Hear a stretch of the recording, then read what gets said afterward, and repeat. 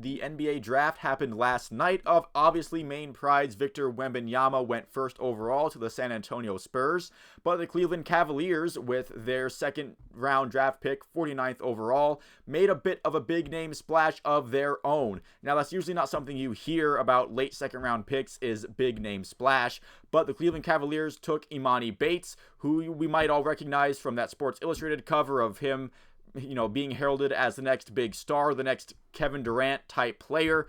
And his career to the NBA, his path so far has been a strange winding road that saw his draft stock definitely plummeting to, far below where he might have been projected to go a few years ago. I think this is the epitome of a player who has a ridiculously high ceiling that would, tantalize and get a lot of NBA teams frothing at the mouth, but he also comes with a dangerously low floor that I do feel like is definitely the key factor in what made him fall all the way to the Cavs in their draft slot.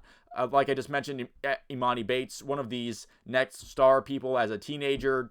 He starts his career in college early at Memphis. He decommits from Michigan State, changes his commitment class to 2021 when it was 2022.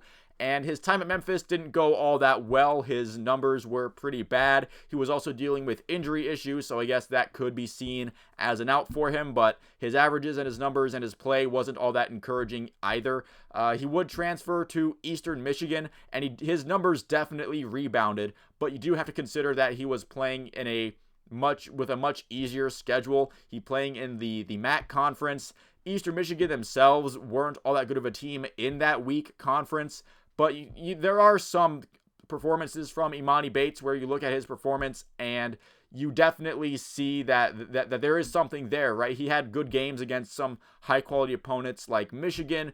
Toledo was a pretty respectable MAC team in basketball last year, and he had some good highlights against them. And there were times when you saw that potential of Emoni Bates just taking over the game for Eastern Michigan.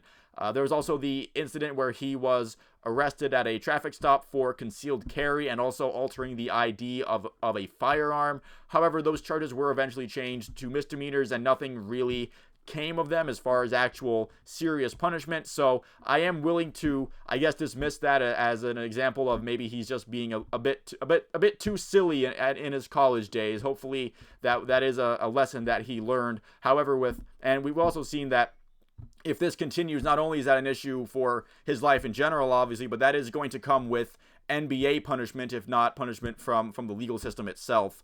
There were some concerns from some NBA scouts about maybe having a more selfish brand of basketball that doesn't really translate all that well to the NBA, especially when you take into consideration a lot of his highlights are kind of off dribble contested shots that, maybe if you're playing against a weaker team in the MAC conference, you might be able to put up highlight after highlight in that way, but in the NBA, you're going to be dealing with elite level defending, and perhaps Emoni Bates won't be as successful in that role. However, I do feel like the Cavs are honest with themselves about this being a project. They do seem like I think they feel like their roster is pretty set in stone as far as who the cornerstones are, and this is them throwing a dart and taking a bit of a risk on a guy who, if he doesn't pans out, I don't think the Cavs are all too worried about that. But if he does unlock that potential, if he does grab the keys to the lock that is his full potential, this is going to look like a second round steal masterclass from Kobe Altman and this Cavs front office. And I feel like the range of what Bates does in the Cavs organization in his first year is a bit interesting, because I wouldn't be surprised if the Cavs decide to give him a shot at the NBA level, maybe get some minutes off the bench as a rotational player. But it also wouldn't shock me if the Cavs just said, look, there are things about your game that you need a lot of time to develop, so maybe take the year in the G League and work on some things that we want you to work on, and maybe he doesn't even see an NBA court this whole season. But I do feel like either way it's going to be interesting. There's definitely going to be something to watch there. We'll see how Bates' career shapes in these early seasons. And thank you all for watching this far. If you've made it into the video, let me know what you think about this pick in the comments below. I like it. It's a risk in the late second round. That's what these late second round picks are for. I do feel like it is a bit of, roll the dice and take a risk on a guy. Why not? Especially if you feel like your roster is already pretty good. Like and subscribe if you enjoyed the video and you'd like to see more like it. I'll see you at the next one.